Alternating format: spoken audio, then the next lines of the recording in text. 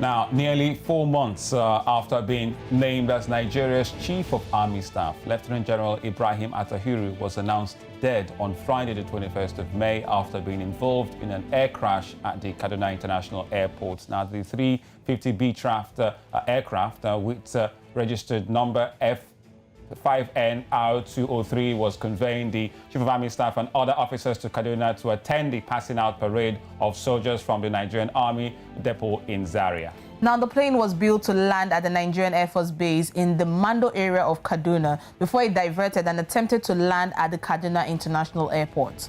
Now, some of the locals who actually witnessed the crash came out and said that the troubled aircraft exploded and got burnt completely by the time it actually hit the ground.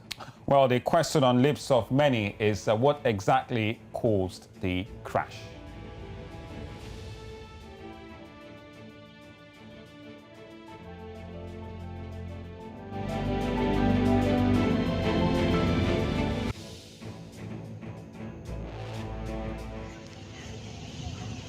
Gosh, gosh, gosh. The big one, oh, you move. Clearly the biggest and saddest news over the weekend in Nigeria, losing the Chief of Army Staff of the country just barely months since he took over. Now, we're joined by our Abuja-based correspondent and Bureau Chief Amadine Uyi this morning once again. And also Dr. Ona Okumu, who's a chartered security professional in West Africa and renowned security expert. Gentlemen, good morning and welcome to the program. Good morning, Dr. Ona. Thank you for having me, sir. Good morning. Good morning, Dr. Ona. All right, let's begin by getting your feel on the tragic incident that just happened over the weekend, starting from Friday. What is your view on the whole incident that has happened? Well, thank you. It's a very sad development. We lost a great chief of army staff right there. This is a young man who was imbued with patriotic zeal and who wanted to do good. He had a very productive leadership style. He was able to inspire his men, and he had their backs too in terms of things like welfare, logistics. He did his best, even within the short time he was in that office, to make a difference. So I think it's a very sad and great loss to this nation. Now, having said that, your intro, you were talking about perhaps what caused the crash. We really don't know what caused the crash yet, but there are some indications. For example, you said that the plane was supposed to have landed in Mando, the military airport there, but it didn't land there because of adverse weather. And he flew a few nautical miles out to the international airport to land. Now, there are many questions that are raised there because obviously the distance from Mando and to international airport is not that much. I know that whole area. And so apparently that same adverse weather was raining over the international airport. Now, I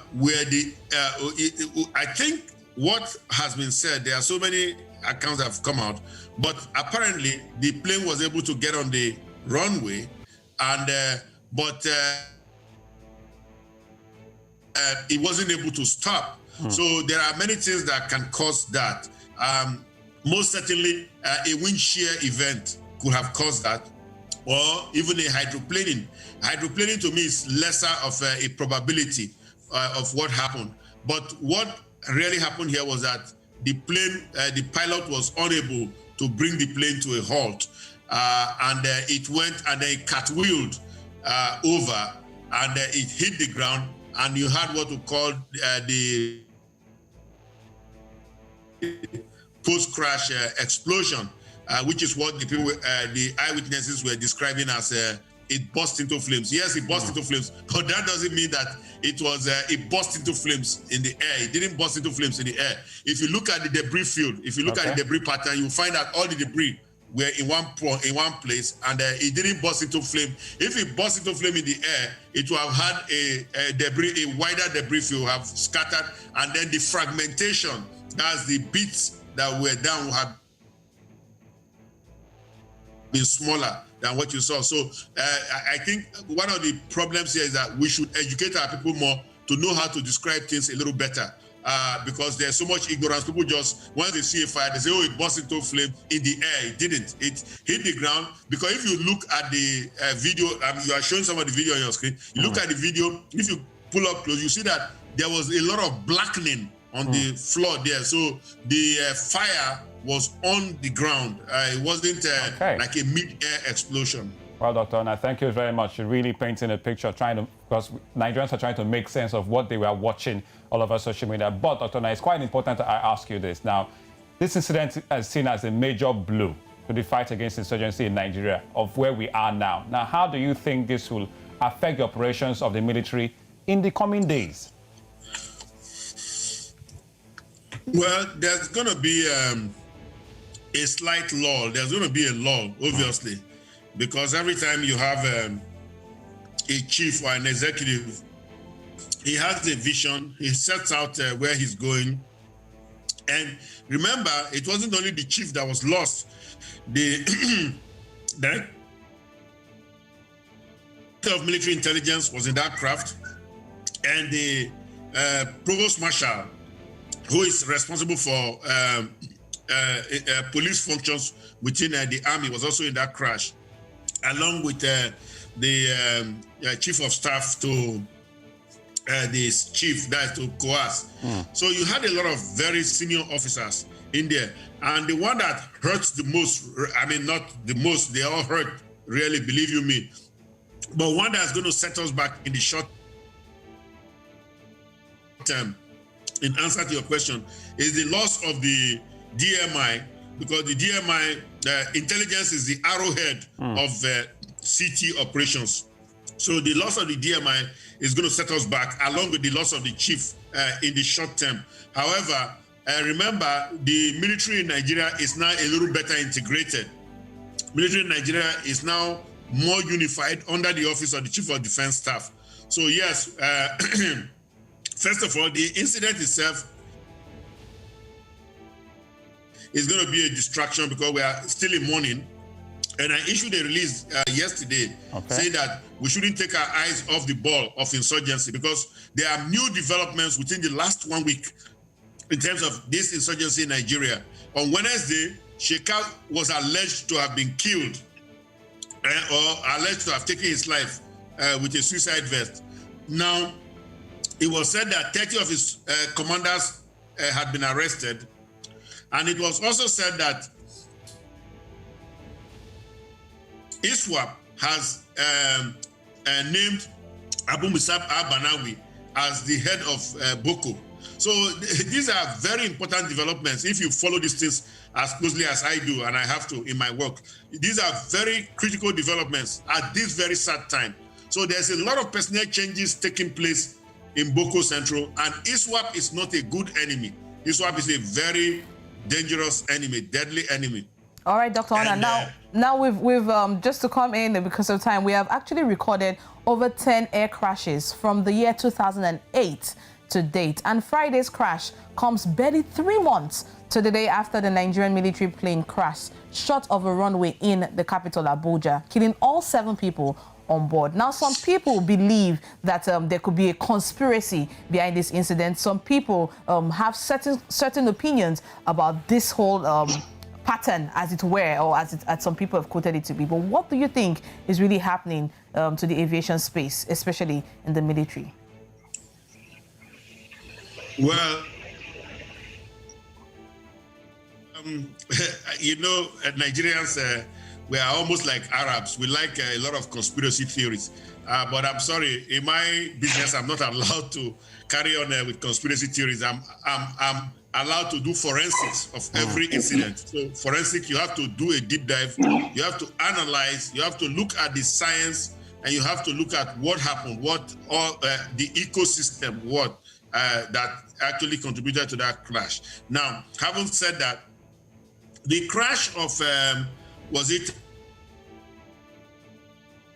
February or so, the one that killed those 7 people who were going on a military mission, was clearly engine trouble.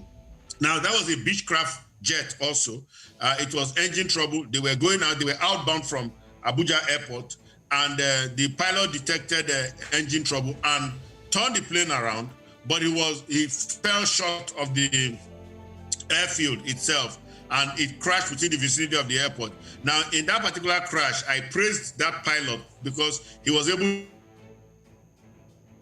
to avoid needless loss of lives, because he was able to move his plane away from populated areas before it, crashed on the ground and killed only the occupants of that plane. And I said that guy was a hero. Now, having said that, so that was clearly mechanical trouble. Now, the AIB people and the aircraft manufacturers, Beechcraft, they should be able to find out what happened on that craft and say that wasn't weather-related. Now, that could have maintenance issues. Now, some people say, oh, perhaps it was sabotaged because it was going on a military mission. I don't believe that. What do you call it? Mechanical problems can develop anytime. Anybody who rides a car will know that even a new car, you can be going on the road one day, it will just pack up on the roadside and it's something small. Maybe you just hit a pothole and something came loose and it will pack you on the corner of the road. Now, having said that, but that doesn't mean that we shouldn't investigate very carefully what happened to determine what happened in that particular crash, and then also know whether there were maintenance problems or perhaps even whether the equipment is getting old. That is why we're having these difficulties. But having said that, let us come to this recent crash, Friday's crash. Now, Friday's crash, I have said in other medium, was clearly a weather event. It was a weather event. It was facilitated by weather. The decisions that were made, Mando, no Mando, international airport. Now, you go in there, any plane, now I have said, even a 747, I would say, I've seen cases where 747 jets have been taken down by weather events, by wind shear factors. So, look, Mother Nature is so powerful. Let me tell you, we are just little pencils in the hand of nature. Mother Nature is so powerful that when nature turns it back on you or comes after you, there's really nothing you can do. You just ride it out. Now, in this case, when you're riding a little bird and that bird cartwheels, well, there's aviation fuel in that thing, and it's going to, you're going to have a crash, you're going to have a fireball, have an incendiary event. And that's exactly what we had in this case. Well, renowned security expert, once again, we want to thank you, sir, Dr. Ona Ekumi, for coming on Breakfast Central, clearly bringing some insight for us this morning. Thank you very much once again. Thanks for having me.